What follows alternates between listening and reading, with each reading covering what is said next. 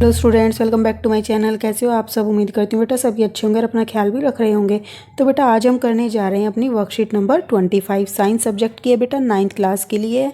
Okay, और Hindi medium के बच्चों के लिए बेटा इंग्लिश मीडियम के लिए अलग से बनेगी। ओके, तो आज हम बेटा इसमें करने जा रहे हैं जो कि हमारा चैप्टर चला हुआ है जीवन की मौलिक इकाई, उसी में हम कोशिका अंगक के बारे में पढ़ रहे हैं। ठीक है, जो कोशिका के अंदर अलग अलग अंग पाए जाते हैं हमने पढ़े थे, उसमें से आज हम पढ़ेंगे माइटोकॉन्ड्रिया और राजधानी के बारे में। ठीक है, तो चलिए स्टार्ट करते हैं। आज जिज्ञासा और ज्ञान किस बारे में बातें कर रहे हैं?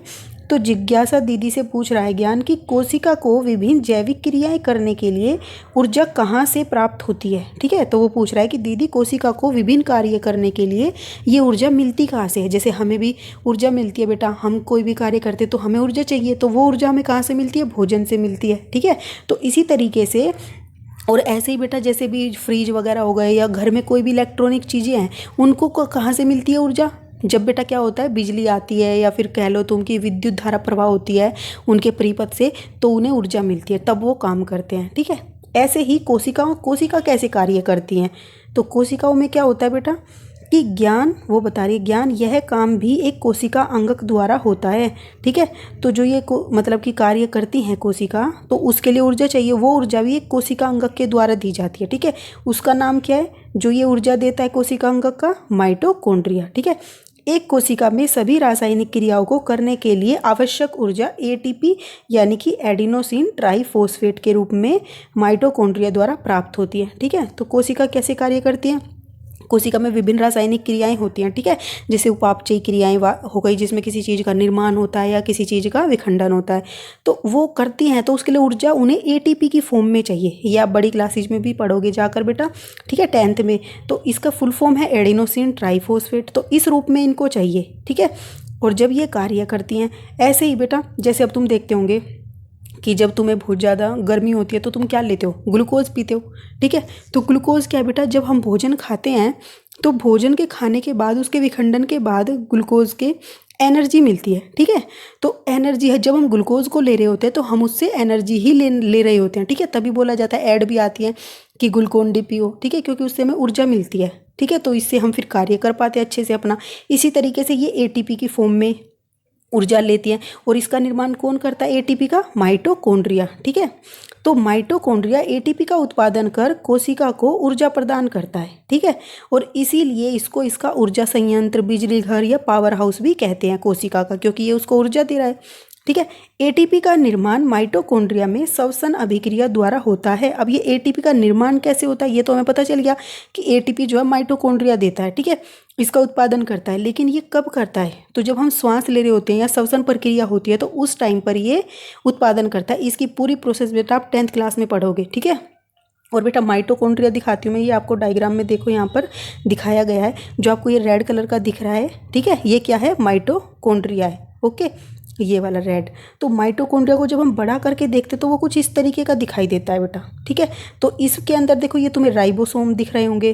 ठीक है, और ये मैट्रिक्स दिख रही है बीच में। मैट्रिक्स मतलब एक फ्लूइड होती है। ओके, और छिद्रित भारी झिल्ली, तो बेटा देखो छोटे छोटे छिद्र आपको दिखाई दे रहे हैं इसकी भारी झिल्ली में।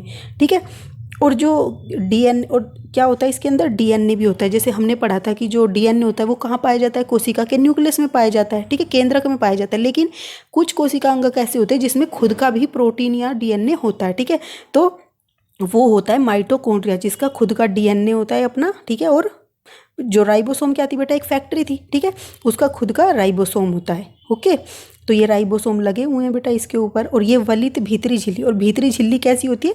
वलित होती है। ओके, तो ये था माइटोकॉन्ड्रिया। अब ये क्या करता है? एटीपी का निर्माण कर माइटोकॉन्ड्रिया श्वसन अभिक्रिया द्वारा करता है, और एटीपी में संचित ऊर्जा ही कोशिका को की ऊर्जा होती है। ठीक है, तो जो एटीपी के अंदर ऊर्जा होती है वही क्या होती है? कोशिका की ऊर्जा होती है। तो माइटोकॉन्ड्रिया की बाहरी झिल्ली छिद्रित तथा भीतरी झिल्ली वलित होती है, हमने अभी डायग्राम में देखा। माइटोकॉन्ड्रिया एक ऐसा कोशिका अंगक है जिसके पास अपना डीएनए और राइबोसोम होता है। ठीक है, क्योंकि बेटा हमने पढ़ा था जो ये केंद्रक है इसके अंदर पाया जाता है डीएनए। ठीक है, और प्रोटीन भी पाया जाता है, क्योंकि प्रोटीन कहाँ होता है? डीएनए में होता है, और डीएनए कहाँ पाया जाता है? केंद्रक में पाया जाता है। लेकिन ये कोशिका अंग कैसा है? जिसका खुद का डीएनए और राइबोसोम होता है। राइबोसोम एक फैक्ट्री थी जहाँ पर क्या होता है? प्रोटीन का निर्माण होता है। ठीक है, इसलिए यह अपने कुछ जरूरी प्रोटीन क्या करता है? स्वयं बना लेता है। ठीक है, जब इसकी खुद की फैक्ट्री है तो क्या करते हैं, जैसे अब मान लो किसी के खुद के घर पे किसी चीज़ की शॉप है, खाने के राशन की है, तो क्या करेंगे, वो अपना राशन मतलब अपने घर से आसानी से ले लेंगे। ठीक है, उन्हें ज़्यादा चीज़ें बाहर लेने जाना नहीं पड़ेगा। ओके, तो इस तरीके से समझो। नेक्स्ट क्या है बेटा, जो नेक्स्ट कोशिका अंगक पढ़ेंगे हम वो है रसधानी। तो ये पूछ रहा है ज्ञान दीदी, पादप कोशिका में रसधानी का क्या महत्व है। ठीक है, तो पादप कोशिका के अंदर रसधानी का क्या महत्व है। रसधानी क्या होती है बेटा, पहले डायग्राम में देखो, यहाँ पर तो पता नहीं दिखाई है या नहीं, छोटी सी, क्योंकि जो ये वाली जो कोशिका है ये है हमारी जंतु कोशिका। ठीक है, तो इसके अंदर तो नहीं दिखाई, तो आप बेटा समझ लो, मैंने आपको पहले स्टार्टिंग में बताई थी। ठीक है, तो रसधानियाँ होती हैं जो पादप कोशिका में, तो ये आकार बड़ा होता है इनका, लेकिन जो जंतु कोशिका होती है या तो उसमें ये उपस्थिति नहीं होती, या होती हैं तो बहुत छोटी होती हैं। ठीक है, तो ज्ञान हम जानते हैं कि जंतु कोशिका में रसधानियाँ बहुत छोटी या फिर अनुपस्थित होती हैं। ठीक है, लेकिन पादप कोशिका में ये बहुत बड़ी होती हैं। पादप कोशिकाओं में रसधानियाँ द्रव्य संग्रहित करके कोशिका को कठोरता और स्फीति देती हैं। ठीक है, तो ये क्या करती हैं, पादप कोशिकाओं में रसधानियों का क्या कार्य होता है बेटा, ये द्रव को इकट्ठा करती हैं। ठीक है, उसको इकट्ठा करके ये उसको एक आकार कह लो, कठोरता कह लो, ठीक है, या स्फीति प्रदान करती हैं। ठीक है, इस द्रव्य को स्फीति स्ट्रेंथ प्रदान करती है। ठीक है, इस द्रव्य को में पादप के लिए कुछ आवश्यक पदार्थ भी होते हैं। तो जो ये द्रव होता है इसमें कोशिका के लिए जो उपयोगी पदार्थ भी होते हैं। ठीक है, जैसे कि अमीनो अम्ल हो गया जिससे प्रोटीन बनता है, कार्बनिक अम्ल हो गया, ठीक है, प्रोटीन हो गया, शर्करा हो गई, ये इस तरीके का संचयन करती है। रसधानी की झिल्ली को टोनोप्लास्ट कहते हैं। अब ये झिल्ली क्या बेटा, हर कोशिका अंगक की झिल्ली होती है। ठीक है, कोशिका की भी झिल्ली होती है, कोशिका अंगक की भी झिल्ली होती है और केंद्रक की भी झिल्ली होती है।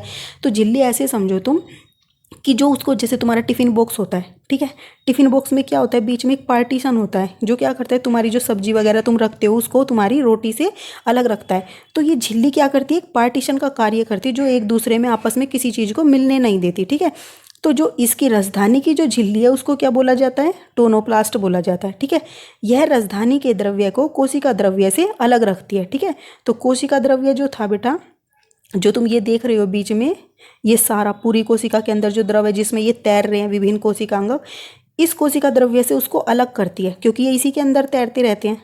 ठीक है, अब एक कोशिकीय जीवों में यह अपशिष्ट पदार्थों तथा अतिरिक्त जल को बाहर निकालने में महत्वपूर्ण भूमिका निभाती है।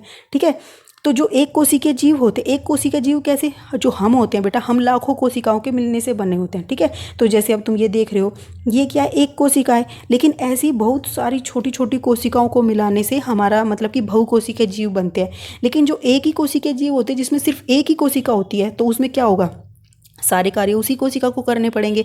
जैसे अब तुम ये लगाओ कि तुम्हारे घर में 4-5 सदस्य हैं, तो क्या होगा, आधे आधे काम बट जाएंगे, सब करेंगे। लेकिन किसी घर में एक ही होगा तो वही खाना बनाएगा, वही साफ़ करेगा, वही सफाई करेगा, तो सारे काम उसे करने पड़ेंगे। ठीक है, तो इस तरीके से जब एक कोशिकीय जीव होते हैं जो, उसमें क्या करती है, ये कई कार्य यही करती है अकेली। ठीक है, तो एक कोशिकीय जीवों में यह अपशिष्ट पदार्थों तथा अतिरिक्त जल को बाहर निकालने में भी महत्वपूर्ण भूमिका निभाती है।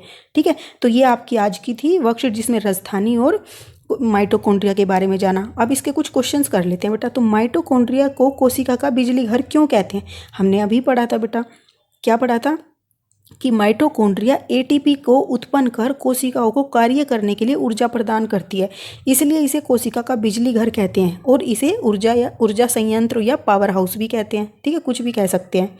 ओके, अब कोशिका का कोई एक कार्य बताइए जिनके लिए उसे ऊर्जा की आवश्यकता होती है। ठीक है, तो कोई एक ऐसा कार्य जिसके लिए उसे ऊर्जा की आवश्यकता होती है, तो क्या करती है कोशिका बेटा, कोशिकाओं को उपापचयी क्रिया क्या होती है, जिसमें या तो किसी पदार्थ का निर्माण होता है या फिर विखंडन होता है, यानी कि टूटते हैं, को संपन्न करने के लिए ऊर्जा की आवश्यकता होती है, जैसे कि प्रोटीन का निर्माण करना हो या फिर ग्लूकोज का विखंडन करना हो। ठीक है, इन सब के लिए ऊर्जा प्रदान करती है, ऊर्जा चाहिए होती है।